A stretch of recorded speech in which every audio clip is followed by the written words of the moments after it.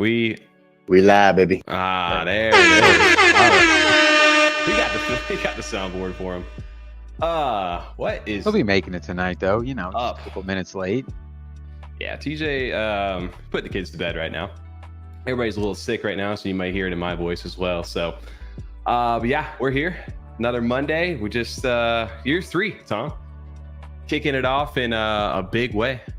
I like the puns. So yesterday was technically the 2-year, right? It was technically our 2 years was yesterday, October 15th. So, dude, big milestone inside this space. Really kind of cool to kind of reflect on that a little bit this past week, and excited to kind of kick off a new year. You know, we're in the middle of a bear market. Things are really not at the most fun that it could be. Maybe content creation wise, though, it's been fun to talk to some of the builders and the people who are here really pushing the space forward. So it's an exciting time to get a chance to talk to a recurring guest, fellow content creator, and good friend inside the space tonight to bring him in. So got a good episode for everybody. And then maybe we'll I see some derps over in the chat. I think we'll do a little recap of the Outpost mint, because I had a lot of fun with that, even though I was homesick this past weekend. So should be a fun time. We actually had a nice little busy weekend here, actually. Yeah. Big stuff coming up. Big things happen. And yeah, definitely nice way. We got a guest tonight. Good way to kick it off year 3, right?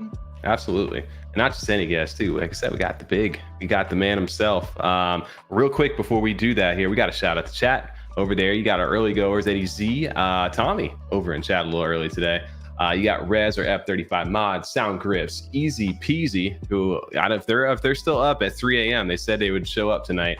So I told them they'd give them a shout out over there. So shout out to Easy Peas for staying up late with us. You got Americo, Jack the Hammer, Deco, Oside 3000, Curly Knox, DeFi FOMOFo, and David Holing. Appreciate everybody showing up in chat. And we got a fun one tonight. If you guys may have been tuning in to different spaces and different YouTube channels, if you're on Blake's or Thor's or Twitter spaces, whatever you're at, you may have heard about Jelly, but we're going to learn a little bit more tonight. We've got some new utilities that are popping up over on the timeline.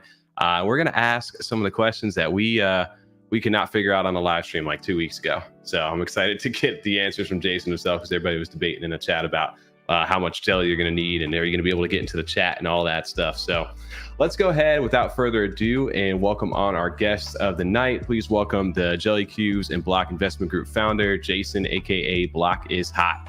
What is up, man? Hey, what's up, guys? And congratulations on 2 years.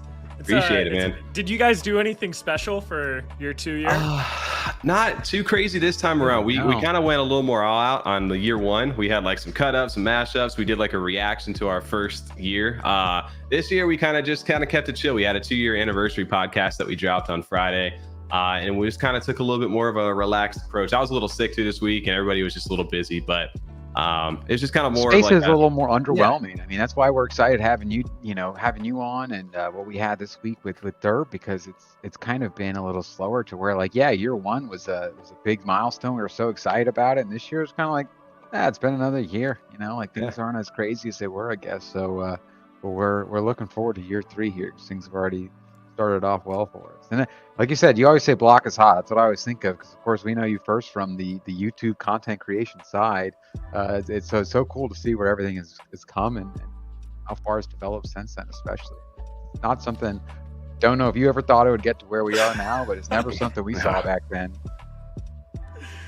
I think too, like, it's just really fun to see, like, with part of this doing it for like 2 years, it's really cool to see the people who have continued to build and where, like you said, they've come from. Because I've blocked, like you said, we watched some of the YouTube videos. We got a chance, I think, maybe to interact for the first time, maybe on one of the CNFT lives, something along those lines. Oh, yeah. And then heard, hey, you got a project coming out. And I remember doing that live stream before Jellycubes officially came out. We did kind of some of the updates as you guys were, building each throughout the year. I think we've done maybe it's like the 4th one now that we've got a chance to host you on. So it's just really fun. Like, as each one gets more and more, I guess, hyped, more attention, and it's really cool to just the amount of stuff you guys have been able to build in this short amount of time. And I can imagine for you, like you said, you're busy right now, right? Yeah, I mean, it's kind of crazy to look back too, because I'm coming up on my 2-year anniversary as well, with at least like the channel. And just like looking back at some of the older videos, or looking back, especially with the project, I've even seen conversations I was having before we even released Jellycubes. Oh, am I lagging pretty bad right now? It's all good. I can hear you. Audio. It looks fine. Yeah, Let no, it me, looks okay. Yeah. It was like lagging on my end. Maybe let me lower my definition. Hopefully that helps. I do. It does this to me every now and then, depending on my camera. It's okay. Yeah, I don't know why that's happening. That looked like it fixed it a little It bit. caught But either up way, there. we can There hear you it. go. Okay, I think we're There you go. Yeah. Yeah, that was super weird. No, I was just saying it was funny though, because I was looking at some of these past conversations I've had, and it's just insane, like some of my like thought processes before we even minted, and like how far we've come now, and just like the community, and it's a cool thing to reminisce on and just kind of see like how far we've gone in a way. Yeah, 100%. Especially after being here 2 years. I mean, you look back at some of our first videos, and there were projects that we probably gave a different look to at the time and said, you know, that we were a little more excited about. And there's projects now we are a little bit more maybe hard with or tough on, that if you were to go back, it's like, well, why did you give this project a pass? And now you're giving these guys, you know, a lot harder of a time. It's like, because 2 years have passed. We've learned so much and seen so much more. And it's not as simple as like, yeah, those hats are really cool and I'm ready to flip it immediately. Well, now we look at projects for different types of utility to actually hold and actually expect a little more from them. Yeah, accountability, man. That's one thing about Cardano is that you've got a really good community behind people that really want to see people thrive and build over here. And I think that's part of the reason why we're still here and watching the people. I was looking at a tweet the other day. I think it was from the Raiders Guild on Mallet Order, and it was in response to like Congo's tweet of, you know, it's a Sunday night. I'm using the Raiders Guild to boost my engagement. I'm on Levy Finance, taking out loans on my new Derp assets to go ahead and mint like a new mint with Derp Birds or whatever it was this weekend. And I'm like, you think about that like 2 years ago, like that. It's just your mind doesn't even go anywhere near that. Like you couldn't fathom that at that time. So it's really cool to see just how fast the space has progressed. You know. Yeah, 100%. And I mean, especially with like Derp Birds and Ape Society, like those guys have been building so much. Yeah. So it's always really cool to see those projects as well. Yeah. And then, and shout out to everybody too who's been inside the space for a while over here. You see a comment like this from Deco over there. He used to ride his bike, listening to Big talking about launching his project. I'm the one. He said this is the one he wanted to go all in on. So it's really cool to see that. From, like, he's been people. a day one in our group. So thank you for the support, Deco. Yeah, it's really cool, man, just to see all the different people and inside of our communities, your communities, and just all throughout Twitter, and just see how people have all grown together. And that's one thing I do love about being here, like maybe on the early side of stuff. Because obviously when the bull happens the next time around, there's gonna be a ton of new people that come in here. And I was telling Tom, I feel like we're gonna be like the old heads out there, like, nah, we remember that. You don't want to get into that. There's gonna be all these like hype chill people, like, you need to get on the next 100x NFT project, and we're like, no, man. But there's gonna be groups like you guys who kind of are like the elite at this point. You've been went through the trials and tribulations, and you can kind of guide people. And it's really good that, you guys have been able to get through a market that was hot. And then eventually, we're in the bear right now. You guys are learning and building at the same time. So I can imagine you guys are looking forward to that next run. Yeah, 100%. I think one of the big things that we're doing right now in general, and kind of has been like a major philosophy with us, has just been building for the future and not building for now. Because I see a lot of projects, they try to hop on like the latest trends, or they try to do like what everyone else is doing, and there hasn't really been that much long-term planning. And I think that's one of the biggest issues in the NFT space, is the need to plan long-term, especially when you're in a very highly changing and dynamic market. Because you really want to start building stuff that you think is going to be relevant and important in the longer term, rather than something that's going to come and go and you waste resources on. But at the same time, it's very difficult to know those things when there isn't like, oh, this is the 101 of how this works or how this goes down. There's still a lot to learn here. I felt that. I mean, just as an example, one of the things is some of the projects that really jumped in hard on the metaverse. We have some of these projects like cornucopias and things like that are really developing something really cool and neat on our space within Cardano. But some of the other projects that really were like, oh, well, that's the big keyword right now, so metaverse. And then they started working on it and throwing everything into it, realizing like this isn't going to be something we can accomplish anytime soon. The space has now kind of moved on. We've lost all our hype and we're just kind of left stalled here. We have nothing left to do, but we've already sunk everything into this too. And it doesn't seem like anyone wants it anymore. And it was just kind of chasing that hype as opposed to really looking forward to the future, or maybe even incorporating some of those new features into how their project could be in the future, like we've seen with you and with Derps, especially. Yeah, I think that it's also like you see the lack of people who didn't have like a plan, right? Like the lack of preparedness, or developing something that people actually gave a shit about.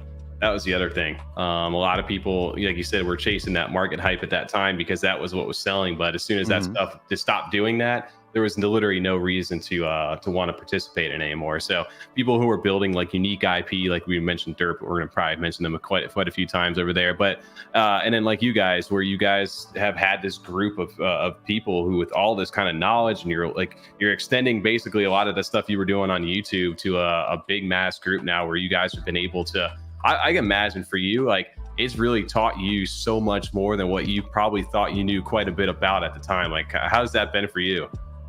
I mean, dude, I think it's like probably one of the biggest self benefits from having the group is using the group itself.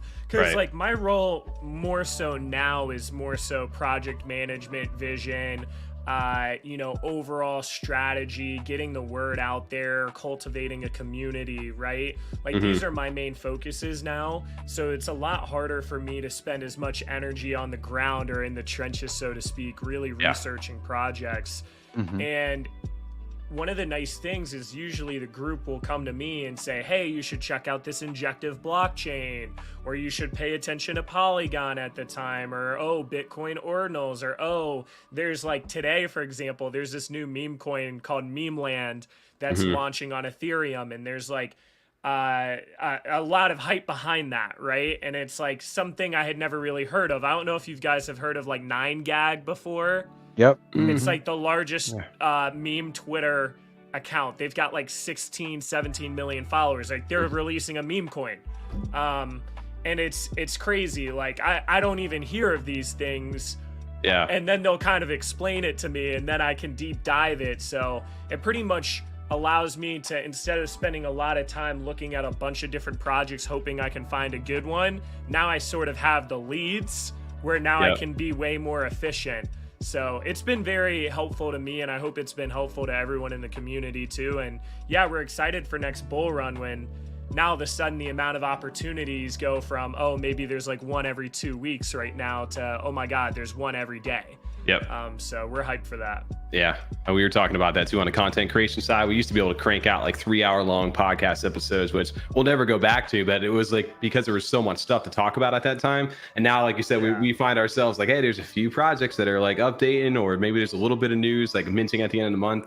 And we've kind of shifted more to like just the entertainment like avenue in our podcast. Because that's what we've kind of had to go after at this point, because otherwise we're just talking about the same stuff over and over again. So it's going to be very fun to get back into it when everything swings back around, but it's been really good to kind of deep dive to the people who are still here building, because it really does give you an appreciation, I think, for all the different people building and what it takes to actually sustain a project inside of this new market that we're really kind of like, it's growing alongside with it, you know?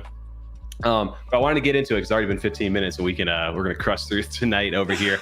I wanted to start off because you guys first off dropped one of the most, I think probably the most impressive announcement videos, I think, of any, maybe on any blockchain that I've seen, other than maybe like you could go up against like the other side, maybe with Bored Apes, something along those lines. And I wanted to go ahead and we'll let it play around in the background here, but I wanted to get a little backstory from the man himself here on how this kind of came to be, and like what your reaction was to the BlockOwls video that they put together. Like when you first saw this, like, I mean, how excited did you get? Dude, it was awesome. It was a really cool moment, honestly, because it was one of those things where, and we were talking before this call, like we had the idea of Jelly Chunk so long ago, and it was one of those things where it was just like setback after setback, not finding the right team to really be a part of it and develop it. And it was a long time coming. And when it came to partnering with BlockOwls, it really started from CNFT.Con, not this year, but last year. I talked to Philip in person and I got his email. I was like, dude, you guys have the best art and the best animation on Cardano. It's really top level, top tier. I'd love to work with you guys in some sort of way. I don't know what way that is. Yeah. And it's funny because the first conversation started with, oh, what if you guys made our 100 friends and family Jellycubes, which they still need to do, but I haven't brought it up in a while because now's not the right time to release them still. But it started with that, like, oh, can we do something there? And they were like, yeah, we have our Jabba Z's coming out first, but after we finish Jabba Z's, we can start, working on something like that. Yeah. And essentially what happened is we decided to do our mystery chest first. And I was looking for an artist to make the chest, and I had reached out to them and they were down. And it just started this beautiful relationship where they have a whole team of like 6 to 8 different animators, sound designers, all of this stuff located in the Netherlands, I believe. Yeah. And I mean, they just make awesome work. And I told them like about my jelly chunks and how we wanted to have some sort of cool animation to kind of explain how this process works, because it hasn't really been done before. Yeah. And an animation would really help people out. And they were game, and they were like, oh my gosh, we can put our Jabba Z in it. And we think it would be perfect for this sort of science lab theme, this whole chunkinator process. And when it finally came out, because it took them a couple months to make this, I was like, holy crap, you guys killed it. Yeah. Like I said, it looks like a movie. It looks like something that you could watch like a short film on. Like we were talking about just in general how BlockOwls could pretty much make anything, and I'd be interested in watching it. Yes. But I can imagine from like somebody who's like, you start off like doing your own thing and you got your own project and your own art, but then to see it kind of come to life in like an animation like this, it's probably got to be like, yo, this is awesome. Well, I think the way that it makes it legitimate. Yeah, no, you're exactly right. It made it feel real, made it feel legitimate, it made it feel like, wow, like this is happening, and we're super pumped for it. And I mean, does what it needs to do, which is kind of give like a brief background without going like into a 20-minute video of how the whole thing works. Right. Yeah. So it got a lot of people's attention. I think we're at like 105,000 views on it now. Oh yeah, I'm not surprised. Right on the money with that. Yeah. No. Especially in this space, I've said that, like when you're in the NFT space, especially, let alone the crypto space, we're used to the goofy names and, Jelly and Derp birds, goofy gophers, things like that. But especially if you're going to kind of start getting other people involved from the outside that maybe not as familiar with that, or a little bit more hesitant, and you're asking them to spend maybe a couple $1,000s on things that are called Derp or Jelly, and they're like, I don't know if I'm going to do that. But then they see something like this, and it's like, this is the real deal. They got real teams with real talent behind this. These aren't just people asking for a ton of money because there's hype involved. It's a lot more than hype at this point, with real teams and real talent. I love to see it. I mean, BlockOwls has been one of our favorites since the beginning. I think DeFi said that. They caught our attention right away with their art, and they've never missed once, is my opinion. Absolutely. It's facts. 100%. I just wanted to shout this Capitalist Pig over here. Always comes with some funny comments. He said, "Hey guys, looks like TJ lost some hair." Oh my god. TJ will be here a little bit later. He's still with the kids, so but bear with us. That's Love funny. it. But yeah, man. So to start off, obviously this video got people's attention, like you said. And you guys have been kind of talking about it. I guess I hadn't really thought about it either. I've heard of like fractionalization. I've heard you use the example with like CryptoPunks, where like NFTs that have gotten to such a ridiculous value that the an average person is never going to have a chance at owning that or with that much money. But you can go ahead and break that down into different pieces of that NFT, right? So people can own a portion of it. Now with the NFT side of things, I think it's unique in the sense of you call it the Fractionalized Utility Token over here. Can you explain, I guess, a little bit about that? And before, and then TJ, welcome back to the stream over here. You're muted, so we'll let you dial back in. What's up, TJ? So what was the question? So the fractionalized utility token, the concept of maybe being the first, because it's the first that I've ever heard of, at least on Cardano. And you're saying, is this something that you've seen anywhere else, and what is exactly a fractionalized utility token? Like, what does that mean? Dude, I mean, I have not seen this on any chain, and I've been I'm on top of a lot of the chains. Like I was just talking about an ETH meme coin at the start of this. All I had really seen in the past was the fractionalization of NFTs, like you were saying with a CryptoPunk, how you can take a specific CryptoPunk, you can divide that into 100 pieces or 1,000 pieces, and now you can own a percentage of that one specific CryptoPunk. And that was something I had seen in the past, like maybe for 2 years now. So the concept of fractionalizing an NFT isn't new. It's more so the concept of fractionalizing an NFT to getting a project-wide utility token, which I have not seen before.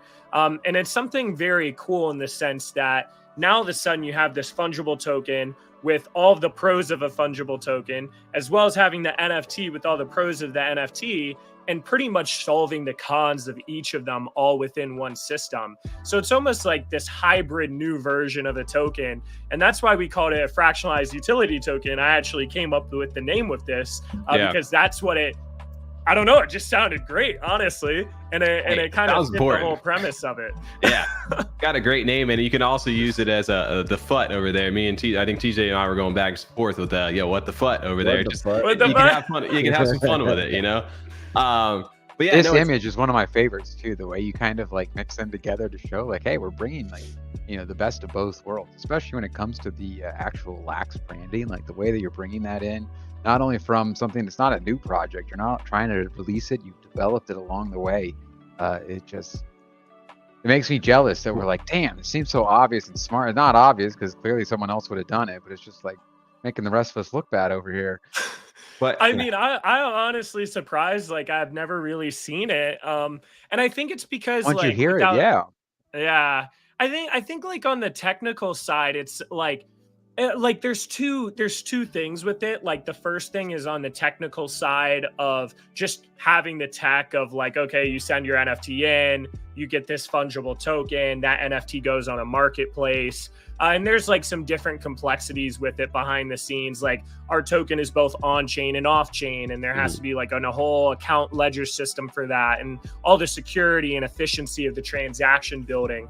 But I think one of the reasons we haven't seen it is because for it to be in the purest sense, it has to be a one-to-one, right? So you have to have the same amount of Jellycubes as jelly chunks. And one of the and there's two difficulties with this. Difficulty number one is how do you provide liquidity if you're already an NFT? Like there's a few things. One, if you're an NFT project that already came out with a utility token, you can't do this, most likely because you already have a token. The second complexity is how do you have the liquidity to actually provide for this without printing more tokens? Well, for us, we knew we were going to do this. So when we did our second Jellycube mint, we printed an additional 100 Jellycubes for our treasury because we knew we were going to need these jelly chunks in the future. So right off the rip, it's like not that many projects before this idea even came out, or they might have had the idea. It was too late since they didn't have enough NFTs for the idea. Right. And then the third thing is you have to be, and not to pat myself on the back or anything, but you have to be a very selfless founder to even have a system like this, because there's no sale with this. We're not doing some sort of massive raise. Like we could have come out and easily raised 5 million ADA if we launched some token like a lot of projects have done, and just said, hey, we have a big brand, we have a community, we have a higher floor, we're going to do a massive sale. And instead of deciding in the short-term benefit of, hey, let's get a free 4 or 5 million ADA from the ADA community, we instead had to be like, no, we're actually going to self-provide the ADA and self-provide the chunks for the liquidity pool to start it off. And we're actually going to take money out of ourselves to incentivize that pool because we think that it's going to be such a revolutionary system and have so much long-term potential that it's going to pay 10, 20, 30 fold and be what's best for the community. So when you add up all those things, it's like there might have been someone in the past that had thought of the idea, but they might have not been in the situation to actually pull it off. I think too, the other thing that really makes this work is the fact that you have something desirable that people don't necessarily want to sell, right? Like the exclusivity of your of the group that you've created, that doesn't work unless it actually people find value in it. And because anybody can go create an alpha group, right? A quote unquote alpha group. But the second that they get something where they can get automatic free liquidity or something along those lines, they feel that that price is hitting a certain threshold, majority of people dump it or they sell it off and they move on to the next thing. Whereas most people that I've seen inside of the block are like, I'm not getting rid of this thing. I've earned way more ADA. I've gotten so much more connections, whatever it may be, from the actual thing, based on the sticker price that I've paid to get in. And I think this doesn't work if you guys don't have that reputation, you don't have that community, you don't have that backing. So obviously you had to build that foundation first before you could do something like this, because otherwise what you guys could have just launched and done this. It wouldn't have made sense. Dude, 100%. And the other thing with it that's interesting, what you just said is, we call it the Jelly Standard, where it's almost like the gold to US dollar comparison, where you're like, okay, the US dollar is backed by gold. The only way that it can be backed by gold is if the gold is worth something, right? Right. So with Jellycubes, that's like another barrier for projects is, okay, you have to actually have something that can actually hold its peg in a way and that people actually see value in outside of just like a fungible token, right? Like actually having that NFT have value. So to summarize, I don't think I'm the first person to come up with this idea per se. It's just there's so many different things that had to go into it for you to be able to essentially execute on this. Right. But we're excited to come out with it for sure. 100%. Well, I'm looking forward to it over here because we want to learn a little bit more. I know you guys have been dropping like teasers of all the different utilities, and I'm sure we'll get into some of that stuff. But so now that we kind of get the idea of like it's pegged, right? So like you said, the Jelly Standard. So in theory, you're going to be able to take these Jellycubes, break them down into 10,000 chunks for 1 point, I guess is the easiest way to put that over there. And then you guys are burning a 10% fee of that when they do that. Now, as you kind of move on from that, I know you guys are going to be offering different incentives for holding the Jelly token itself. Can you answer, I guess, the first question I guess we want to know over here, because I'm going to get this out here, because TJ and I were debating about this, and even Tom. If you chunk your Jellycube, are you out of the alpha group if you only hold one? So if you only hold one Jellycube, because this is the most frequently asked thing that we've gotten is like, do you get into the alpha group? How many tokens do you need? Stuff like that. Yep. And we can go down a whole rabbit hole of all these things. But the biggest and most important thing for both Jellycube holders and Jelly chunk holders is making sure that Jellycubes stay valuable and that there's still the exclusivity with it. Because if Jellycubes lose its value, then so will the Jelly tokens. Right. So it's kind of one of those things, because there's this peg, yes, they both benefit each other, but at the same time, if one goes down, the other one could potentially go down unless someone thought that it was undervalued and did the swing on it, right? Right. So when it comes to actual access into the group, it's important for us to not just have this open to way too many people, right? Especially in this market that's a lot slower. So kind of our plans for it are twofold, potentially threefold. The first part is that when this Jelly token goes live, we're going to have a promo period for like the first 2 to 3 weeks of when the token goes live, where if you own X amount of the token, you're going to be a BIG member. Okay. I don't know what that number is going to be. I think it's going to depend a lot on how much the price per token is, but this will be an opportunity for people to test out the group. The second thing we're doing is we're going to have the ability for you to purchase BIG trial passes that will last like a week at a time. And this is going to be open every so often. It's not always going to be available because we don't want it to be a situation where people just have no need for a Jellycube and they just keep buying these tokens and buying, Sorry, my headphones died. Is it echoing on your guys' side at all? Nope. No. Good. Yeah, Okay. you're good. Great. Yeah. But essentially, we don't want it to be. Sorry, that like really threw off my No, train. you're good, man. But yeah, we don't want it to be one of those things where people can just simply buy these passes every single week and have no purpose for actually holding a Jellycube. But every so often, you're actually going to be able to buy an access pass. It's going to be on our Block Investment Group site where you're literally going to have these off-chain Jelly chunks. There might be, let's just say an example, 25 available for the month. You go on there, you purchase it, and then we have our Discord bot automatically give you the BIG member role, and then 1 week later it'll automatically remove the role, so it'll be completely automated. The third argument that we've had, and this is something that might be the case further down the line, is holding X amount of Jelly token to get access and not needing a Jellycube. This is something that would be further down the line if we did do it. Because some people are arguing, hey, if you have 10,000 jelly chunk token, that's the same thing as a jelly cube. Right. Can you count it as a jelly cube? The issues are with that, though, is a bunch of people could just like chunk their 3-pointers and their 2-pointers, and now all of a sudden you have way more people in the group all of a sudden because they just sell the extra chunks. Right. So this is something that we won't do in the beginning.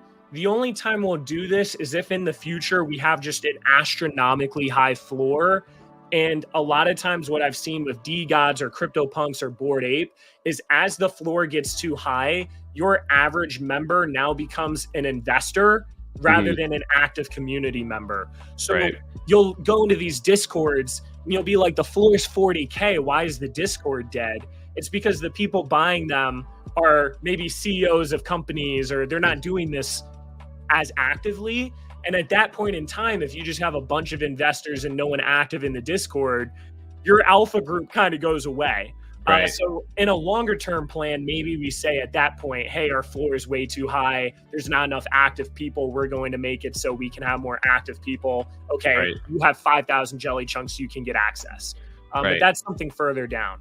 Okay. I've never considered that. Like, I can't imagine, we hear like when Bored Apes were at their peak and the athletes and musicians, like I doubt Jimmy Fallon was hanging out in the Discord that often. He's not. So that's definitely, again, thinking to the future for that side of things, especially. You kind of answered my question for down the line, but for initially, are you guys thinking about possibly having a dynamic jelly token allocation like equal to the floor price of an actual jelly cube? So if you have X amount of jelly token, it has to equal the same floor price right now just to have access to the alpha group. This way it kind of keeps it fair or an equal level if you're in there. So if I have the amount of jelly token, I can just go buy a jelly cube. Yeah, that's kind of the point. It's supposed to equal the same amount. So you can have a dynamic jelly token. The point system would be like you said. The point system doesn't work like you said. The extra allocation would. And also, like they said, it's not the same as having. It's the same value. But that doesn't mean it's the same as having. You don't have a jelly. You have the same value in a jelly, but you don't actually have the jelly. And that's what creates the exclusivity, which gives it its value in the first place, and why the chunks can be successful in that way. Yeah. Oversaturated some. It's funny though, because TJ, like that was actually a big like conversation that came up in the group too, and just like, okay, what's the game theory in this? How does this play out? Because that like one of the interesting things that could happen is maybe there aren't any 1-point jelly cubes in the chunked marketplace, and the lowest one is a 2-pointer or 3-pointer because the 1-pointers get brought up. And now all of a sudden you actually need 20,000 jelly chunks in order to buy back a jelly cube. So you might have 15,000 jelly chunks and not have BIG access if you have no jelly cube. So we're thinking about these things, and like part of it is when you're doing something for the first time, it's like, okay, let's predict as much as we can before going in, but let's recognize that we're going to be figuring a lot of stuff out. Yeah. And when you're pioneering something, there's going to be things where you have to kind of see, okay, how does this actually play out? And then based on that, we can kind of make some minor changes and be like, okay, a lot of people in the community are suggesting this. At the end of the day, though, the big thing is like, we always have to prioritize the Jellycube community, which in turn actually prioritizes the jelly token in a roundabout way, right? So it's one of those things where if the community doesn't think it's a good idea, then as the founder of the community, I'm probably not going to do it unless I, for whatever reason, think that it is a good idea and they don't, and I can't educate them or something like that, you know? Yeah. I think my other question to all that too, like we said, it's a hard balance to go ahead and have, because if I was like I said, not a multiple Jellycube holder, I was a single holder, maybe just a 1-pointer, what would be the incentive for me to want to chunk if I lost access to everything? Because right away I would go down to 9,000. It wouldn't be there. I wouldn't have a personal, unless I was looking for liquidity, right? That would be the only incentive that I would have. So I do like that where you give that choice. Like you said, if I'm in a pinch, I don't necessarily want to get rid of all my jelly. I don't want to sell the entire thing, but I don't want to, I want to be potentially, I'll buy some jelly here in the future and I'll get back that 10,000 or whatever it is. At least they have quick access to be able to do that versus somebody maybe who's just like, yeah, I'm done with this. I'm going to sell it and be completely out of it. But yeah, that was one of my questions, how you balance that. Because what would the incentive be for the little guys to go ahead and do this? Yeah, so we have 800 unique holders. I think around like 45-50% of them only have one Jellycube actually. Okay. So there's a decent amount of people that have one Jellycube. At this point in time, it would, unless you were trying to instant sell and you could get more money for your jelly chunks than what you could on JPEG Store, there's no reason for someone with just 1 point of Jellycubes to chunk their Jellycube. Right. And this is kind of, and we had brought up, this chunking process a long time ago, so people could kind of know this, before, hey, just so you know, this is how this works. Some people paid attention, some people didn't pay attention. But for them, they would most likely be more so a buyer of the tokens on the secondary. And we're going to have different utilities and stuff of how to use this token, but not everyone is going to need 10,000 jelly chunks, right? They might just be like, hey, I want to enter this special whitelist, or I want to, buy this piece of merch, or I want to craft this thing, or, oh, I want to, do some of the different things we're doing. The time when you would really want a lot of jelly chunks is when we have our Blockpad. And I guess I can go into that sometime in this video. But that's going to be the time where some individuals are going to be like, dang, I actually really would like to have a lot more jelly. But yeah, and what's interesting is when you have 800 holders and you say, okay, having a one Jellycube, your first Jellycube, if it's your only Jellycube, that's going to give you the most value because you get access to the group and the utility and the benefits and the networking, right?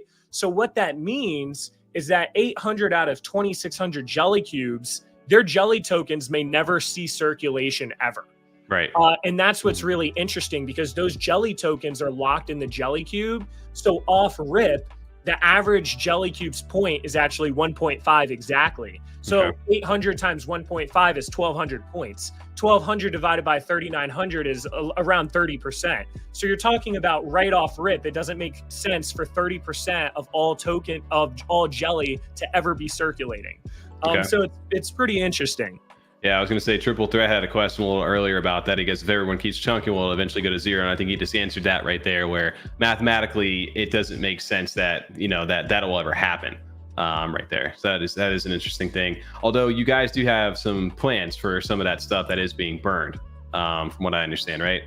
Yeah. So we have, like in the beginning, we'll probably go heavier on the burn percentage just so people can kind of see how it can be deflationary, right? Because like right now we're trying to explain this process to everyone and there's a ton of information, and even every space and YouTube video I've gone on, there's different information and questions that get brought up. And this has been something that luckily blessing in disguise is that I've been able to think about this stuff for a long time. Yeah. So there hasn't really been something I haven't really thought about yet, which has been boosting my confidence a little bit. But it's one of those things where we're getting these fees, right? So if you think about it, we're getting these fees, let's say 10% from the chunking fee, right? But our strategies, like a lot of other projects out there, where we're trying to create a lot of utilities for people to spend Jelly token on. That's kind of the name of the game. But instead of trying to curb new inflation or new tokens coming in every single month from your NFT or something, instead, we're already starting off at the max circulating supply in a sense. And everything that we do is only going to lead to deflation and increased scarcity, which leads to increased price.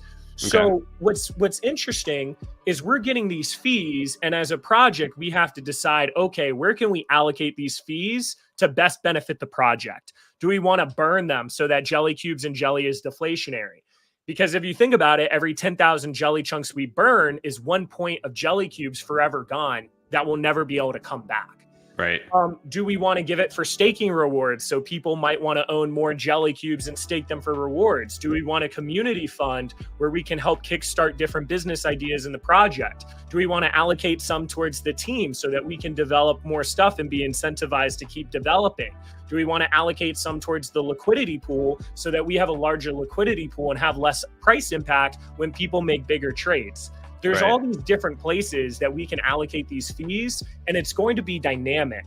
Once again, kind of my earlier analogy of, hey, we're doing something for the first time, so we're going to be figuring out a lot of stuff. We don't want to put ourselves into a box and say, okay, this percent's going to go here, this percent's going to go here. We would much rather keep it open-ended and be able to adapt when the market is adapting.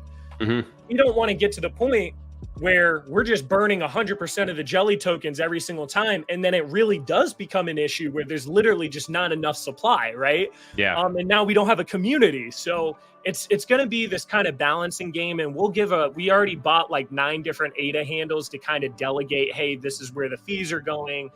Every month we're looking to do some sort of report that says this is the total amount of fees, this is where we're going to put it, and this is why we did what we did.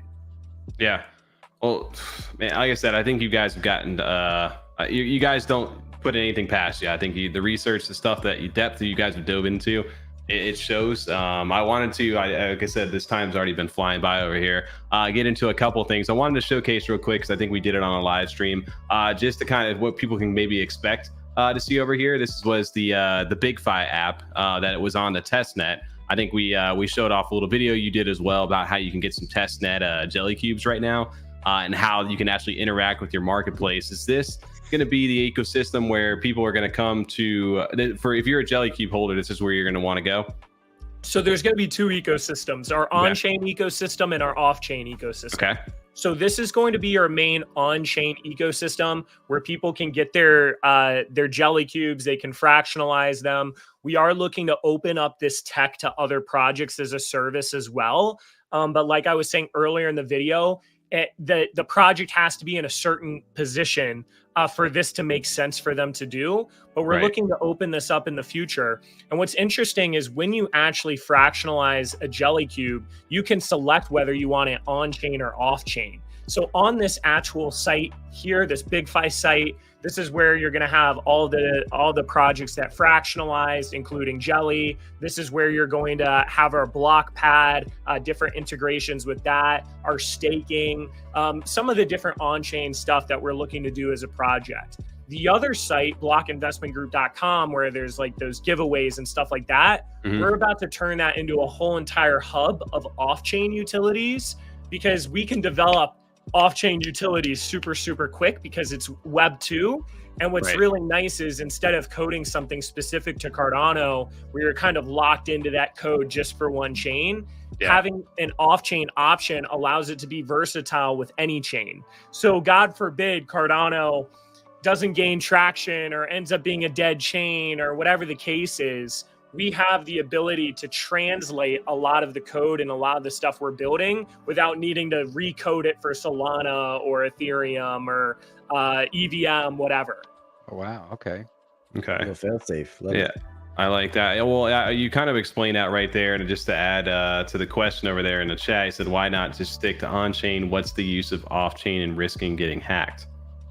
Yeah, so we have, and Wolvie and Neo would be better at answering this, the devs behind it, but there is a whole entire ledger account base, like how they set it up. I'm not even gonna get into it because I'm gonna misspeak, but how they set it up is super secure, and that's one of the reasons why this has been taking so long for them to build. Even when it comes to our Block Investment Group site, none of the actual jelly chunks are going to be transacting based on your account on here. What's interesting is all this site is doing is creating API calls to the actual Brave Dog servers and basically their whole entire ledger system. And whenever there's a change on here, it literally just sends the API call over to Brave Dogs, and they're the ones that have the whole account-based ledger system. So essentially, according to them, it's just as secure as the actual code that is the on-chain portion of it as well. I want to say recently I went to go make a change or do something over here. Just as far as security goes, one thing that I did notice is that I didn't have my 2-factor authentication done over through like my Discord, and it made me go ahead and do that in order to log in or do something over here. I think it was when I was messing with one of the BigFi. It was one of these where I had to like log in over here on my BigFi app. And when I did that, it said, go ahead and enable 2-factor authentication over here for Discord in order to use this. So that was something that I didn't have done, but in order to use your site, it made me go ahead and do that, which is interesting. And on top of that, not only is it verifying your Discord and making sure that's 2-factor, but you have to have Google Authenticator, another 2-factor app as well on top of that, and a PIN. So if someone somehow hacks your Discord account, they won't actually be able to take any of your tokens either. Yes. Yeah, so that way, right away, like you just said, worst case scenario, somebody's in your Discord, they wouldn't be able to do anything until they get that code on there, which is why a lot of people use that Smart. two-factor. So yeah, no, that's really good, interesting stuff over there. And I did want to just say this worked really smooth, by the way. The marketplace that you guys have on the testnet and being able to like just buy and sell these things, the sales, the stuff coming through over here, it works super fast. So that makes me excited. The Brave Dogs team has been crushing all this tech for you guys, so we'll give them a huge nod for everything that they've done, and I can imagine you guys are pretty happy with that too. Oh, dude, they've been killing it, and I've been telling people on all the calls, like, make sure to check out Brave Dogs. They've been doing an awesome job. And these guys are very talented. So it's awesome working with them, and I have a lot of confidence in everything they build. And I do want to say, like, when it comes to hacks, this is also something that you have to be aware of just in crypto space in general. It doesn't matter if you're doing smart contracts, if you're doing server-based code, if you're doing off-chain, there's always a chance of there being some sort of hack. And your job is to hopefully make sure that doesn't happen. But that's just a risk that we have in general. And you see it all the time, these different hacks on smart contracts, on all these places. It's one of those things where even people will have a false sense of security sometimes when it comes to smart contracts, when in reality, all of that code is actually on chain for anyone to see. Even if you don't open source it or not, everyone can see that code. And it just takes one vulnerability that you weren't aware of, like MinSwap at the very beginning, when they actually got saved by Wing Riders, and then Wing Riders, they actually had gotten hacked. And this is just on Cardano, and other chains it's a lot more rampant. And we hope, and we're trying our best to make sure that never happens to us, but that is always one of the risks whenever you're developing anything in general. Yeah. Well, like I said, it's like I said, education is a huge thing, and it's nice that you guys are kind of pushing the security portion of that and just kind of like teaching people as they go, because a lot of people are kind of lost when they get started over here. But then just to dive into some last utilities here for this Jelly token, because obviously outside of just being able to sell it, one of the things that you guys shared recently over here was the minigame aspect of this. Can you give me a quick little overview? It looks like you guys have your first minigame over here. Was this Jelly Sweeper you're calling it? Yeah. This is, we already did like a little tournament for this, which is where the video came from. So that's why it was like a little backdated when you listen to it. But yeah, it's like a mix between Battleships and Minesweeper. Yeah. So it's kind of cool. Like one of the things that we're hoping to do is just, this is a lot more of the fun stuff where it's like, hey, let's have like some different little mini games and different ways you can actually spend your token. But in this, you actually have 5 Jellycubes that you place on your board. And then you also place 3 mines. And the enemy is doing the same thing. So it's a turn-by-turn thing, and you actually can get notified by Discord, which is cool. So yeah, if they find your 5 jellies first, you lose. If they hit your 3 mines first, they lose. If you hit their 3 mines, you lose. If you hit their 5 mines, 5 jellies, you win. So it's cool, like when, and we're actually about to do another tournament for this, and you'll actually get notified when it's your turn. There's a time limit to it, but there's going to be 1v1 battles where you can actually wager jelly chunks against someone. So you can be like, hey, I'm gonna put 100 jelly chunks on this match, and someone can join you. But we also have tournaments where we actually did a 256 person tournament where it literally had 8 rounds of brackets. And what's cool is you can automatically give different prizes depending on what round people got to. So what we did is anyone that had gotten to round 4 automatically got a whitelist to the next mystery chest, which is our season 3 mystery chest. So projects are going to be able to do this in the future too. And they can be like, hey, the entry fee for this tournament is going to be 100 jelly chunks. Whoever gets first place gets a Jellycube NFT. Or hey, like 90% or 50% of the prize goes to first place, 40% goes to second place, 10% goes to third place. So there's going to be ways to automatically set this up with NFTs, with crypto, with jelly chunks. And we're hoping that we can get like sponsors. Like, let's say Cardano Crocs Club wanted to sponsor the tournament for the month. We can actually change out the pieces for Crocs, and we can have like their info on the side. So it can even be like an advertising thing as well.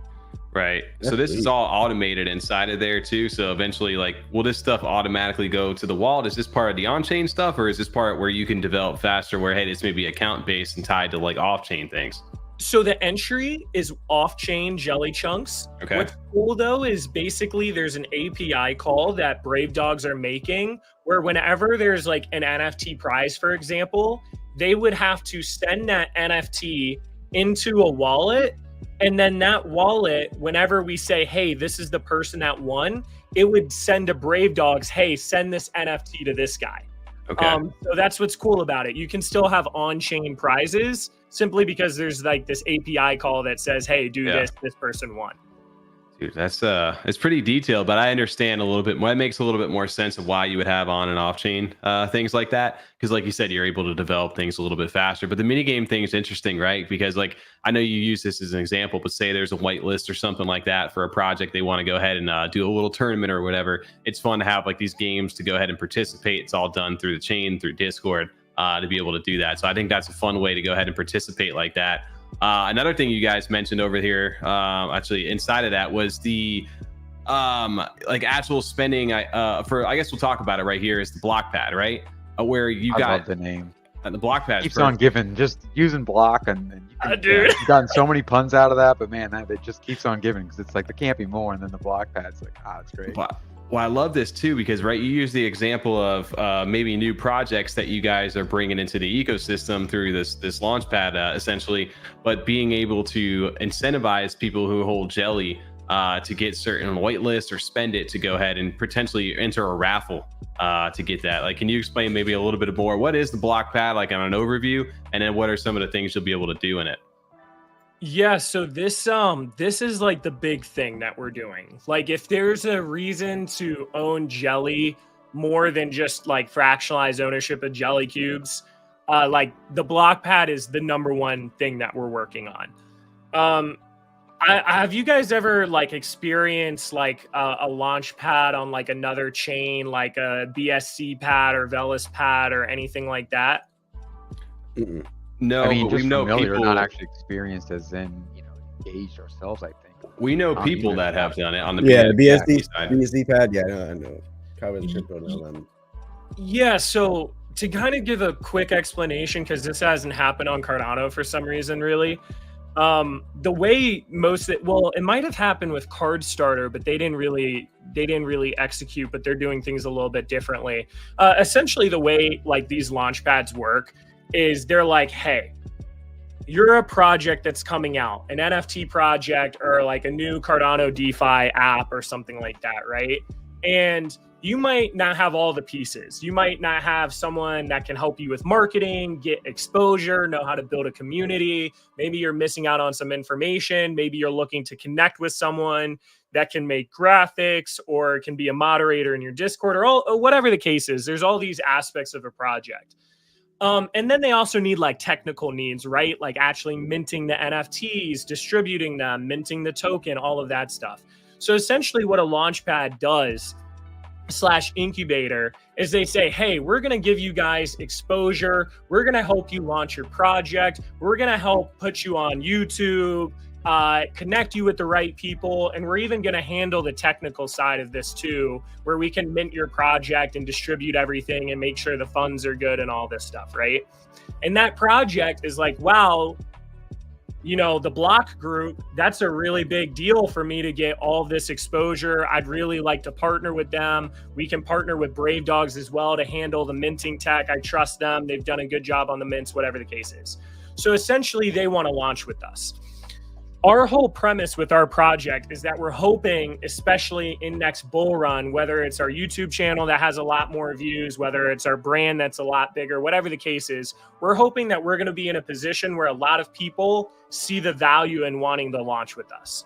Right. Essentially, the way these other launch pads work is they would traditionally have a token, let's say the Velis pad token, VPad, I think it was called, for example, and they would have tiers, and they would have oh, you have to have at least 20,000 VPAD for tier 1, 50,000 VPAD for tier 2, 100,000 VPAD for tier 3.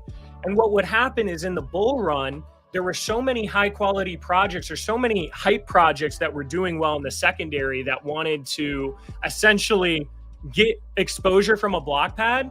So they would give a percentage of their tokens at a really cheap price to the launch pad as a compensation for their service. And essentially what the launch pad would do is they would say, hey, depending on your tier of how many tokens you hold, you're going to get an allocation of being able to buy this new project that's coming out at a really discounted rate. Right. And what would happen is that these tiers would just get so expensive to the point where you might have needed $20,000 just to be in a tier 1, simply because all of these new projects you could get in at a very cheap price, you could get a guaranteed allocation, and you knew you could make money from that project. There are some flaws with this though. Like that whole entire, oh, you need X amount of token in order to be able to get into the allocation was too big of a barrier to entry. And a lot of these launch pads were just not very sustainable with how they did their tokenomics. What we're doing and our main focus with the Blockpad is being a launch pad and incubator on Cardano and hopefully beyond. But your Jelly token is going to be able to be spent in order to get these allocations of different projects that are onboarded. So whether that's a fungible token or whether that's an NFT, you're essentially going to be able to pay Jelly token and you're going to get an allocation in whatever project we're launching. And the premise is by getting that guaranteed allocation, you can spend less dollars of Jelly and be able to get more dollars of profit in whatever token or whatever NFT that you're able to get because of the allocation. Okay. So to kind of like give an example here, because I know that was a lot without a visual, let's say mystery chests are 50 ADA mint and they're going for 100 ADA. The premise right now is that if you bought for 50 and you could sell for 100, you made 50 ADA. Well, what if I told, so anyone would do that. You can make an easy double up. Yep. So what if I told you, okay, you still have to pay 50 ADA for the mystery chest, but I'm going to sell you a whitelist spot for 20 ADA. So now you're in it for 70 ADA. You would still do it because you're still making 30 ADA. You could still sell this mystery chest for 100 and make 30 ADA. So the premise with this is because we're able to provide so much value to other projects, because we're able to give so much exposure, because we're hoping, and I think you guys will be there too, to have tens of thousands or maybe hundreds of thousands of subscribers in the next bull run and really be in an amazing position, right? We're thinking that we can lock in these amazing projects. We're going to ask them in return to give us NFTs for sale at a discounted price. And people are now going to be able to spend their Jelly token on getting these allocations. So it's really cool because we might have a project that gives us 1,000 whitelist spots. And we might say, okay, guys, we're going to have 500 winners of this project, right? If you win with your Jelly token, you're going to get 2 whitelist spots. We divided the 1,000 whitelist spots they gave us by 2, 500 winners, 2 whitelist spots. Okay, top 500 bidders in our auction are going to win this allocation. So now people are bidding with Jelly. So the top 500 bidders at the end of the week are going to get these 2 whitelist spots. So let's say, it all of a sudden goes to 100 ADA worth of Jelly.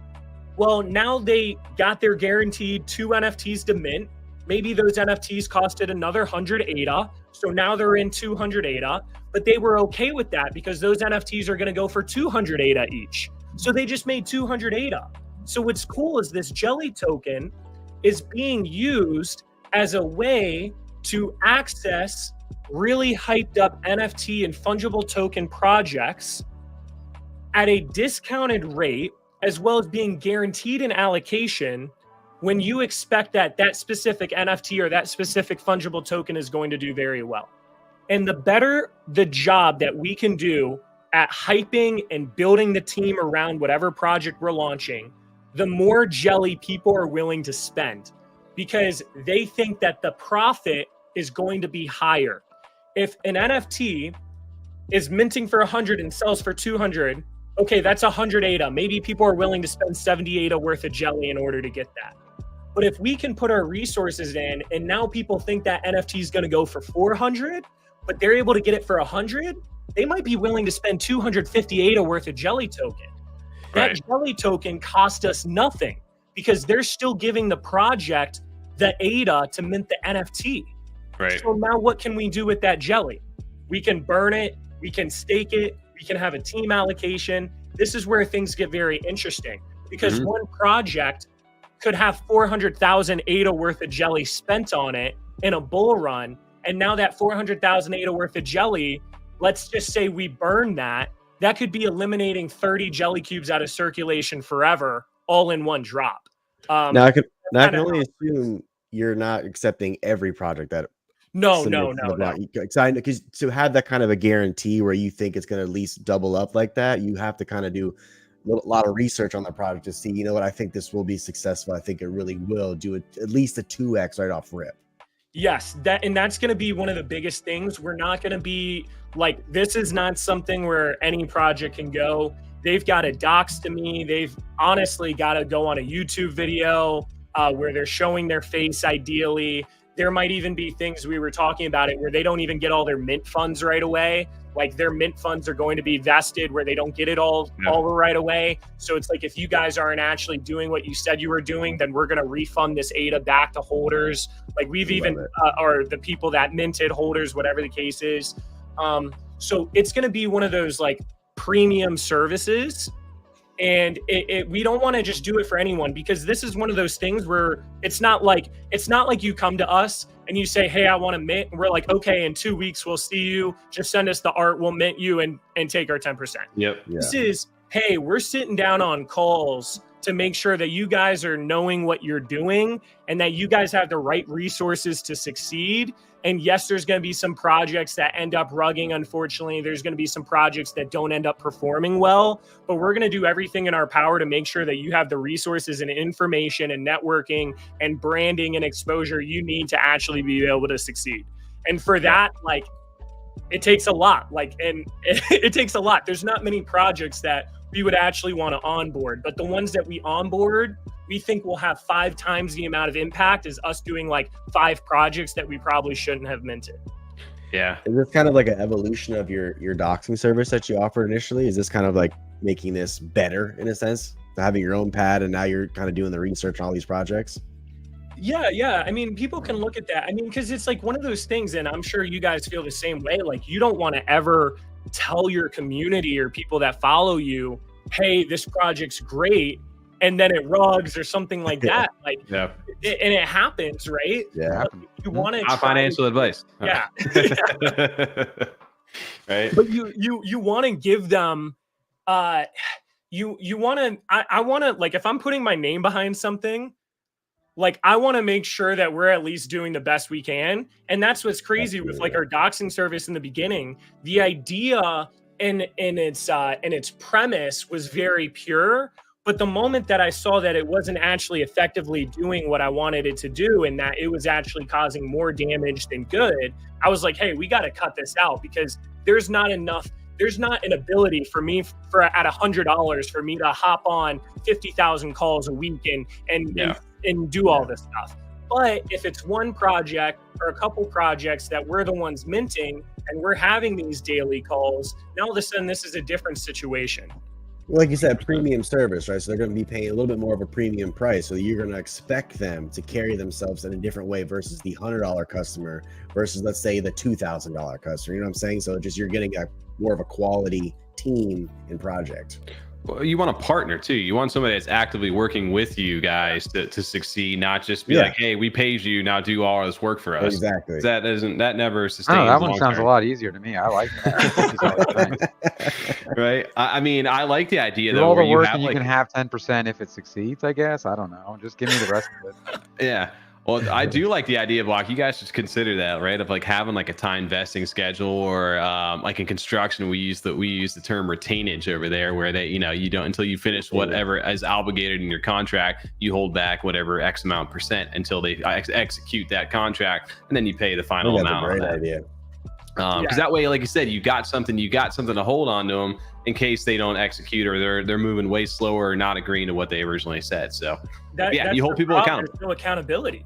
Like there's no accountability. You get 100% of your money immediately. Like when we look at these different fungible tokens, it's like, hey, our tokens are vested over 20 months or 24 months. And like when it comes to NFTs, it's like, hey, you're going to give us 100% of the money right away. And now we have no incentive. Yeah.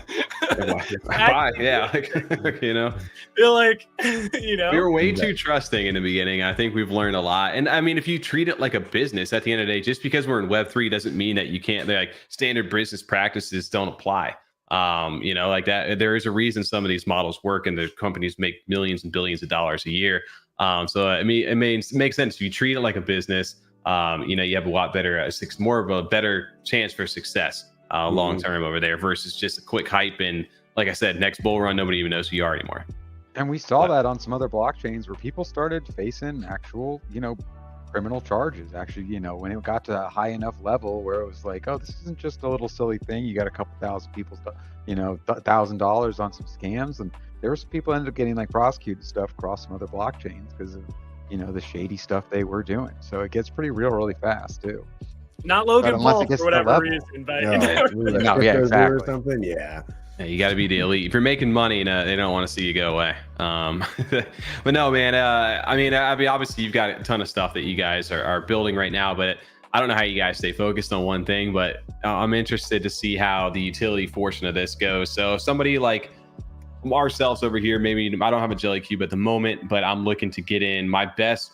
Where should I be looking? Should I be looking on a DEX? Are you guys going to be offering liquidity through there on like a specific one? Or are you guys going to be going or come into your app? Like where would I be looking for Jelly if I was not a Jellycube holder? Yeah, so we haven't announced it yet, but I'll give some alpha. Like we're partnering with Dex Hunter. Okay. So we're actually going to have Dex Hunter on our site. Nice. So you're gonna be able to go to our site and be able to buy jelly chunks using Dex Hunter. Okay. We're going to add our liquidity, and we'll have like whole release details. We're going to add our liquidity to MinSwap.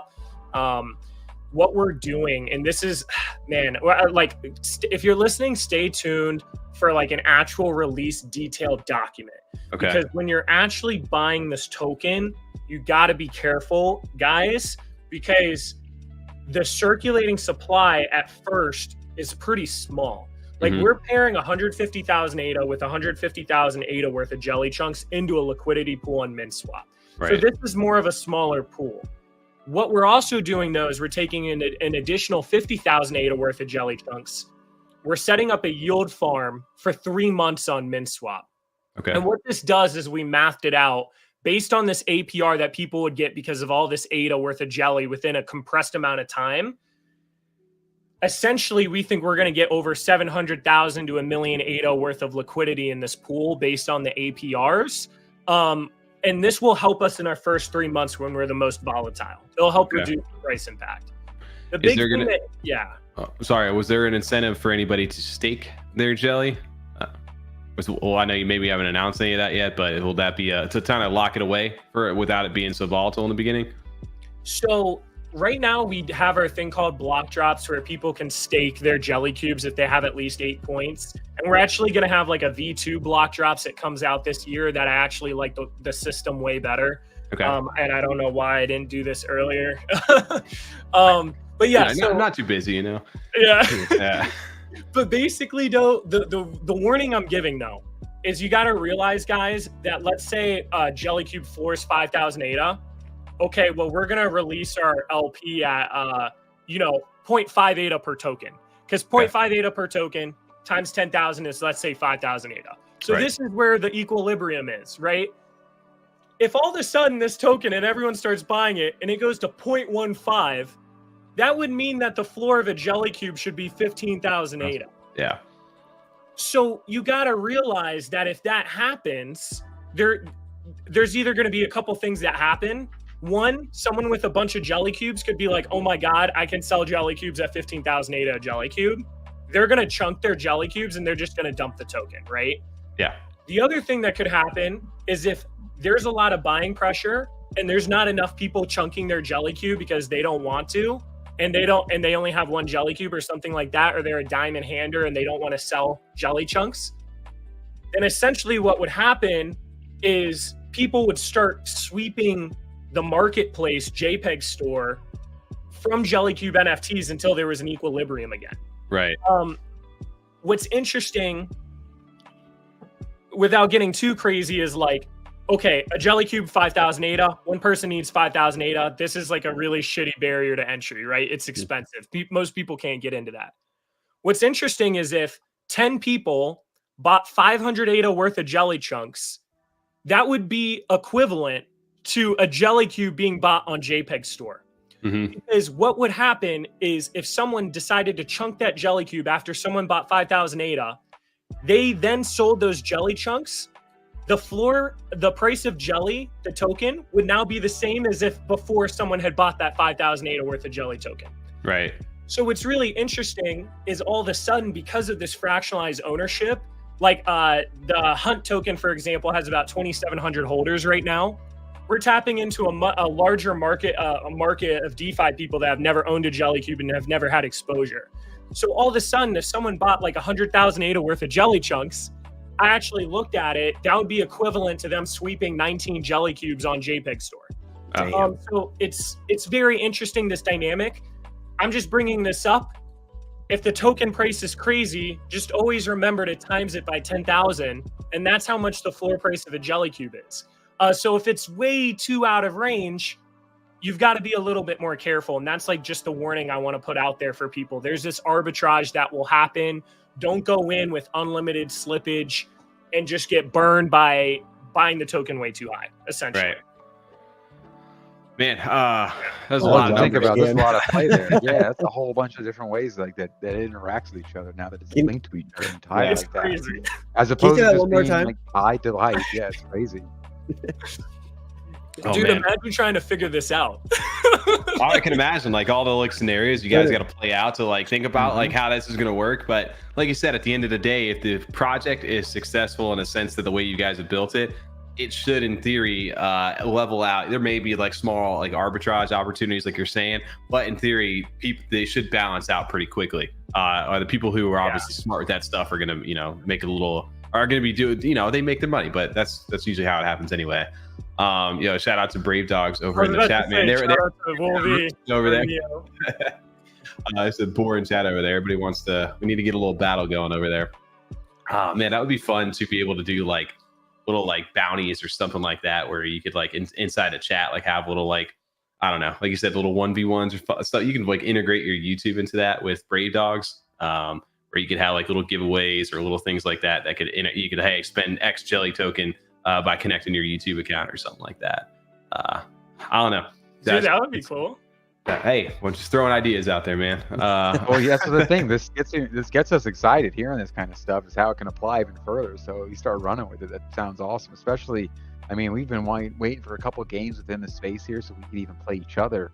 So I could definitely see us playing some, trying to take down some of TJ's jellies and have him hit all my mines. That'd be hilarious. Watching that live on stream play out would be. It's got so much potential for some good entertainment.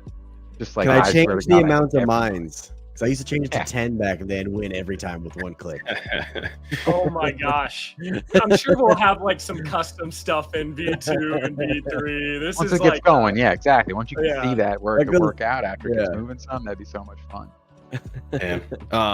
Wow, man. I think, like I said, I'm looking forward to it now. So keep an eye on. I love the fact that you guys are going to be working with Dex Hunter over there. I love all the stuff that they're and the speed at which they're developing. So that's an awesome thing to see.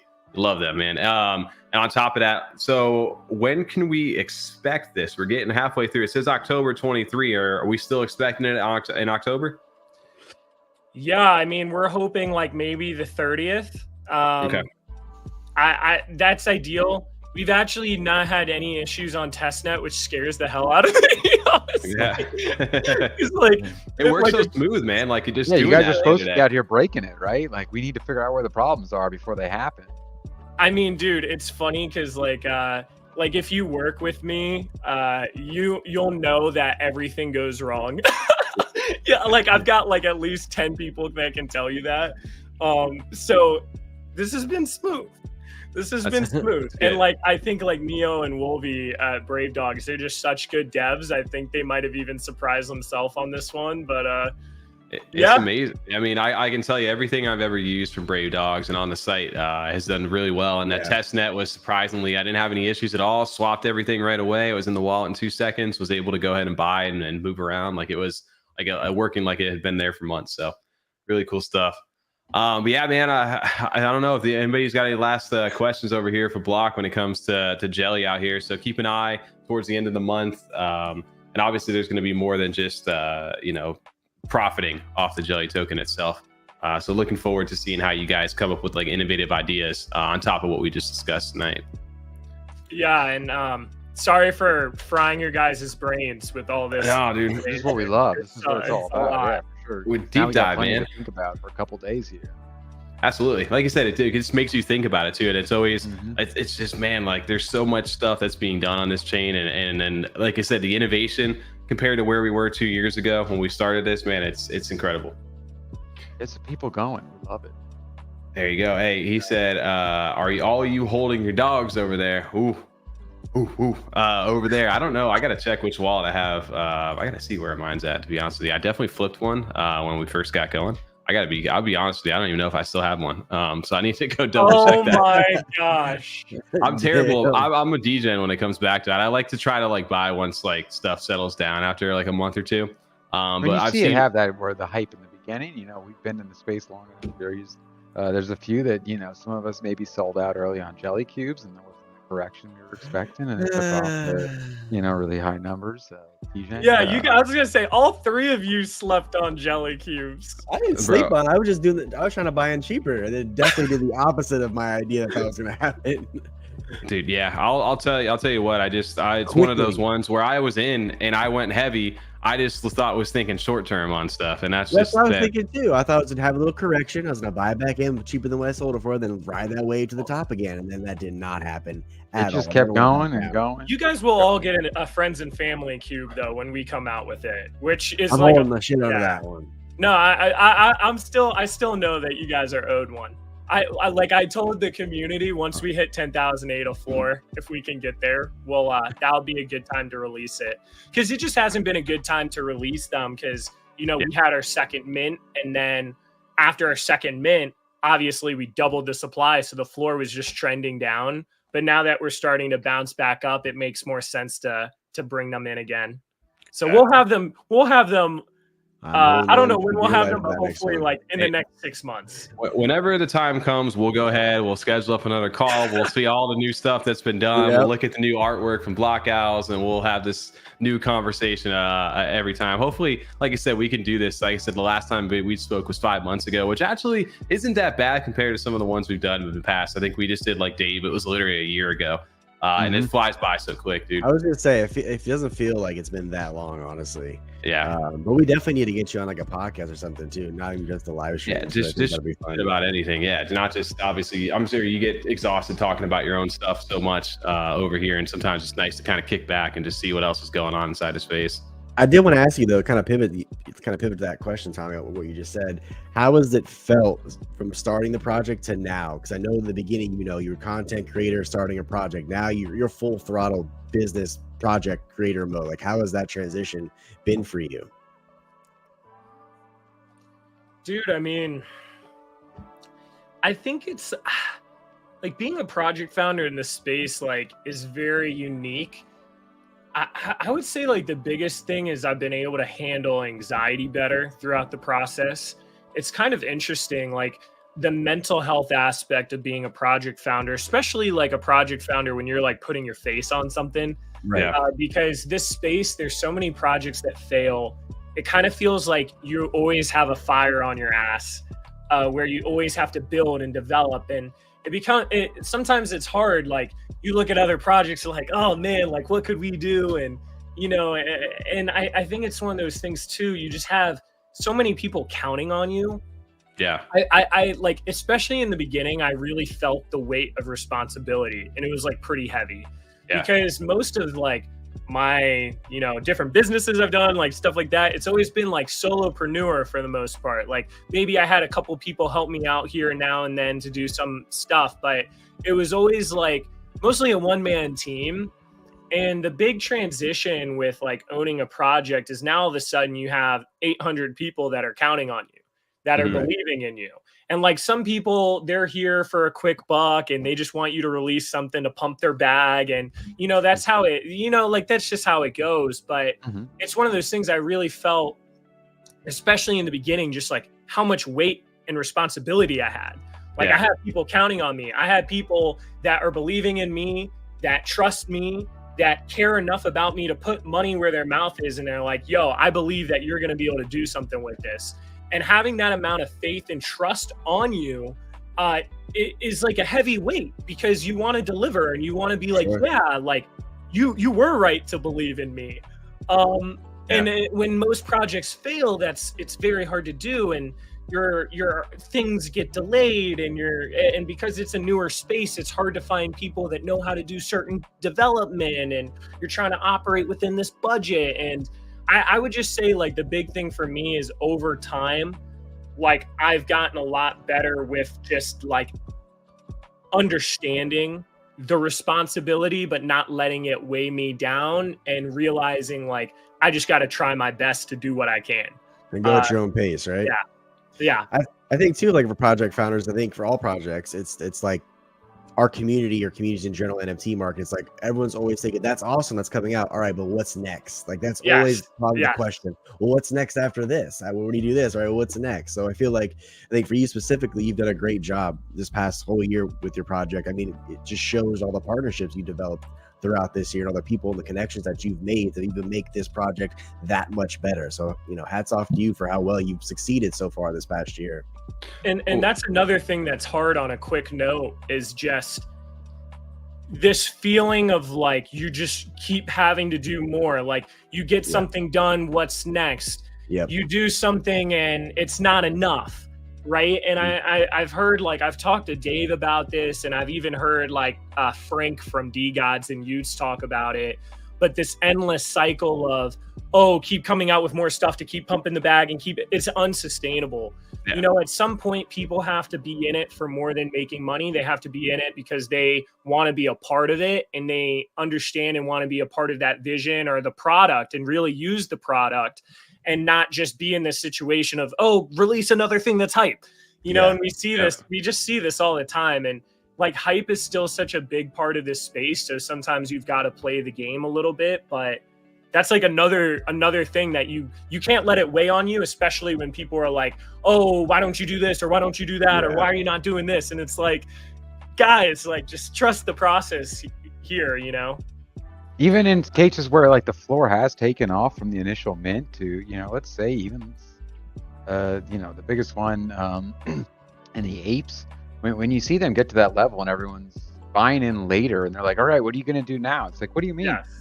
We made it already. I did what I said, you know, everyone should have been happy. I made it worth a ton of money. As far as you buying in late or wherever you bought in, it's not necessarily something we're going to continue to provide more and more and more and more. When we think we were already successful, we were at a successful level, you just bought it at the top. Well, I think too, the if you could provide something that is worth holding on to, the value of holding on to it is worth more than selling it, you're in a good spot. And it makes people think, because like you said, if you're a product, you're a service, you're a group, like that access should be worth more than just offloading. It's great to know that you can offload it for that if you really want to, but holding on to it potentially provides more value than you just offloading it. Exactly. And I think you've cultivated that well with what you've done. And that's a hard 100%. Thing to do, because I always, you know, we've heard the term alpha groups, all this stuff. That's a nice concept. But what really is driving the value there? And you guys have really formed a really strong community, have been able to get the research to be able to make really good plays. And I love the success stories inside your Discord and seeing that when people post those kind of things, because it's a good like testimony to the product and service that you guys, it's the successful product, and buying into it is something that, you know, you can benefit from potentially if you use it, you know. So big hat off to you. The best marketing, that's for sure. So when you see those, that just make it even better. Yep. So, yeah, man, I mean, it's been great to get to, like I said, see it from the start with UC before, and now after everything has been built. And I'm sure we'll continue to have these talks as long as we both keep doing this. So honored to have you on tonight and get a chance to talk about this. Real quick, I'm loving the spam in the chat. Keep it coming. Yeah, what's this game that Brave Dogs has got everybody playing? We got a numbers game going on. We used to do this when we first didn't know how to do giveaways. We'd be like, all right, put a number in the chat, and everybody they would just spam a bunch of crap over there. How do you do giveaways on StreamYard? Is there like a button you can press? We do it so that we have Nightbot inside of YouTube, and Nightbot we're able to log into separately, and we usually will do like an exclamation point and then a keyword after that, and it'll pull everybody inside the comments to be able to like that are eligible, and then you just run the giveaway, and it actually pops up right in chat. It's actually kind of nice. But it took us a long while to figure that out. First time, and we were on older computers at the time. I don't even think it was on StreamYard maybe at the time. Maybe Restream. Restream, and I think, Tommy was like, let's just have people guess numbers. And we said like 1 through 100. We froze. We completely why froze. Did you say this also was unlimited guesses, so people just spam chat so hard that it completely crashed us like on our end. Our computers couldn't even handle it. Oh my gosh. We had like 20 viewers. You said guess 1 to 100, so everyone just spammed every number they could think of 1 to 20, and I have like 20 people in there, so it just good time. Hey, just like you're saying, we're learning along the way too. It's just something we've never done before, and you gotta start somewhere, right? You got to have some fun with it, man. And that's one thing we've always tried to keep engaged is the community. Shout out to everybody who's over here in chat that are participating, because we would not be doing this if we had nobody to talk to. It would not be fun to keep just logging on every week and having, just regurgitating the same stuff to ourselves. So big shout out to everybody. It always sounded so cheesy to hear creators say that, but I mean, now, kind of being on the other side, we don't, necessarily, we're not Shroud getting 15, 20,000 viewers per stream, but we definitely, if it was just me on our other tab watching it from YouTube and just us talking to my YouTube channel, then it would be no fun. So everyone being in here definitely makes it worth it. Otherwise, we wouldn't keep going back like this. Yeah, shout out to the communities too, man. That's one thing I will say is the founders and the people, the communities that roll tight together. And that's a big shout out to, like I said, your community. It was nice seeing you and Dave on the stream the other day, because it was like there was over like I don't know, maybe like 100 viewers over on the live stream. So you don't see that too often on the Cardano side of things over on the YouTube anymore. So that's just a testament to both of the communities. Especially in this bear market, that's really cool to see. Yeah. So it sounds like nothing too. We were talking about, hey, you got 100 people watching live, and like that's really not much. But you think about it, like next bull run, like there's going to be thousands of people that are watching at a time. Dude, that's exciting. Yeah, and that's where it's like it makes it worth it, right? Like it makes it exciting to look forward to. It's like, why do you log on every week? Well, it's like, eventually, it's like I keep telling my wife, she's like, why do you keep putting money into this stuff? I'm like, well, eventually, it's going to be like, how much are you up right now? I'm like, I'm actually down like overall, but like in the grand scheme of things, I'm way up. It's fun. But yeah, there's some conviction. You got to have conviction in this stuff, and have fun with it. At the end of the day, hate it, and it ain't worth it. Curly brings up a good point here. 6, 7, 8. I agree, Curly. I agree. We got a winner over in the chat. We got it. 6. I thought 6 was afraid of 7. Because 7, 8, 9, right? Exactly. Oh my gosh. We got dad jokes coming up over here. 104. I don't know who had 104 over there, but congrats to whoever 104. Brave Dogs running the chat over here. Love that. A-Lop was the winner. GG. Look, we got our own Brave Dogs bot inside the chat right now. I don't even think he was the winner. I think it was what did they win? I don't know. Moot G. Oh wait, no, that's true. It's true. Moot G had said it at the same time. There you go. Open a ticket. Really Brave Dogs. Look at that. Yo, shout out to Brave Dogs running live giveaways. We don't even know what's going on right now. I thought it was like, I thought he was just getting you guys to be really loud. I didn't actually think there was something in it. So nice. Well done. Congrats. Yeah. That's fun, man. No, that was his second YouTube channel, YouTube account, by the way. That was a mystery chest. Right. Hey, congrats. No, but I to go off of that though, like I think when you start streaming and there's like a couple thousand people, how cool is that? Like, I think it'll get there. I was talking to Cardano Pay a little bit at NFTLV, and he's like, dude, just stay consistent. Next bull run, all of a sudden you'll gain 30,000 subscribers in a month or 2 months. And you're like, how did this happen? That's so crazy, man. It's going to be wild. I think that most we ever saw on a live stream had to have been, I think it was Mallet Order. We pushed maybe close to 200. At one point on one of those. And that was like kind of nerve wracking because you're sitting there and like you see the number just like kind of going up and up. and you're just like seeing the chat go, and it's like, all right, stay professional. You're like, so I can imagine like that's got to get it's gonna be fun, like you said. No, if we start getting too many viewers, I'm gonna get like a curtain I can close across myself, just in case I get a little nervous at times. Just be my voice. Arrow Art's right when too. we did that CNFT live, I think we had like 300 or more. Yeah, it was like almost 400 between all the platforms. Yeah. Awesome. Yeah, we used to get the spam bots in the chat. Arrow Art, so to the callbacks. It used to be like XX honeys or something like that in the chat. It would be like live post nude like adult, live news, girls, stuff like that for sure. We used to have to block them. We had no idea how to do that at first too. So we would start like just interacting and asking them questions. Hey, what's your favorite CNFT project? stop spamming us.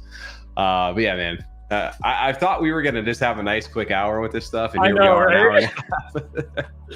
Kicking into it. I don't know. I feel like we may need to save the Derp Birds stuff maybe for Wednesday over here, because otherwise we're gonna be here all night over there. Although, did real quick, Jason, did you mint Derps? I did, man. I did. I got a decent amount of larges, which is nice. Good. How about you guys? Did you guys mint? Yeah, large. Yeah, I minted. Yeah, Nice, TJ, I got a couple larges. You went a little harder than I realized, I think, because I've been catching up. I've been traveling. So I actually got back about an hour before our show tonight. And Tommy, you're filling me in when I sat down. Yeah, I think I ended up with like, I don't know, like close to 20. And then I went right off the bat because I was just trying to be a full DJ, but I went in the levy and loaned a bunch of them out. And it kind of now has been like a hedge for me, where I took a lot of loan offers at like the 300 mark. And now I'm going to pay like 17 interest on them, and I can go sell them if I want for the floor, with 400 plus right now. So I actually like saved myself from not having to dump them right away for liquidity. I was able to get it with levy. And then now I can go back and resell all those if I want to, or go take out more higher loans and whatever that is. So those are just fun plays on the lending side. That's awesome to hear. A total flip. That's actually great. It's fun to be able to do things like that, right? Like have access to liquidity. And Tommy, you told that story wrong. You're supposed to say, I knew 300 was way undervalued and the floor was going to take off. So of course I took all those levy. Of course I put them up on levy for the 300. And look at what a genius I am. That's how you got to present it, Tommy. You did that all wrong. Well, you called that all wrong, use right? levy more, man. Bro, yeah. You know what the crazy part for me was there was a Pinnacle perch, which is like their epic one. It gives like a 1.9 multiplier, and it was like the Pred faction. What they had just released that little chart where the Preds earn, like if you got your Outpost fully fortified, like the most out of all the factions. I saw someone drop one for like 1400 ADA, and I was like, that's a pretty rare one right now. I just went on levy and just spammed like 5 loans in a row just to get the ADA. It was like, and then bought the thing, and now the floor for those is 5,000 ADA. So I'm like, that's a great play, you know. Like, damn, those are fun little. We'll see if they actually sell for that, but you know, like those are where you can do those kind of fun things. Like, hey, I can use levy real quick for a quick liquidity boost if I see an opportunity where there's potentially like a move for, hey, that's way undervalued right now. Damn, we got to charge them money next time we go over. This is a commercial for them. That's use in action right there. The funniest part is I typed that in the chat because I think they had like 100 left in after the mint was first initially like technically sold out. And I put in the chat, I was like, yo, I just DJ'd a couple loans to get this last chance at one. And Matassa jumps over there and he's just like, thanks for using levy. I was just like, yes, like that's you gotta love seeing like stories like that. But yeah, man, I guess we'll deep dive into the Derp stuff on Wednesday. Give them a proper showing on this. Otherwise, like you said, we'll be up all night. For Jason, I totally understand too on the sick part right now of like talking so much. My voice is about cracked and my water bottle's empty right now. So I think we got to shut it down. You got to get out of here. I know I'm almost out of water too. Yeah, I'm sweating now. The cup's been empty for a while now. Well, we appreciate you jumping onto the channel, Jason. It's always good to get a chance to catch up. Thank you for that deep dive. If you guys are interested in numbers, definitely run this back. He gives you a lot of different breakdowns. October 30th is when we can expect to see it. Keep an eye on MintSwap and I guess the technology with Dex Hunter. Is Dex Hunter going to be a separate platform, or is that going to just be integrated into what you guys are doing? They're making an integration on our BigFi app. Yeah. Cool. So that's some really cool stuff for that, and I'm sure we'll get to a couple more spaces. You guys have a nice little rundown. I think Thomas over there posted over on Twitter of all the different spaces you guys will be on. So definitely tune in if you're looking for more information as these go on. Outside of that, man, I think I don't know if we plugged it one more time, but if you guys have enjoyed the content over here, make sure to go ahead and hit that like button down in the description. If you guys have been chatting, that means you have been subscribed, because it was subscribers only mode. If you guys have been lurking, feel free to hit that subscribe button. We're here every Monday night at 9 p.m. Eastern. We also drop a podcast on YouTube, Spotify, and Apple at 9 a.m. Eastern every Friday. And then catch us this Wednesday over on Clays After Dark, starting between 9 and 10 p.m. Eastern. We'll be over there with the Clays After Dark team, chatting over on Twitter. And outside of that, I have no idea, man. Year 3, we're kicking it off over here. Big night over here. And shout out to Jason for coming on. Any last words over here, Jason, for you? No, just thank you guys for hosting me. Shout out to Brave Dogs and for the tech, and BlockOwls for the art and animation. And I appreciate everyone listening in. If you aren't subscribed, make sure to subscribe to them. These guys are so consistently posting content. The least you could do is subscribe and help them out. But yeah, that's pretty much it. Thank you guys. It's always fun. It's always fun coming on. It really is. So. Absolutely. The time evaporates like this too. I'm saying, man, just right through it. Well, we're gonna go ahead and kick that off. Arrow Art, the Snack energy drink is still here. It's live. It's empty. No energy drink for us tonight. We're gonna go ahead and have a good night's sleep instead. But again, appreciate everybody showing up tonight. We hope you have a good night, and we'll catch you next week. See you guys.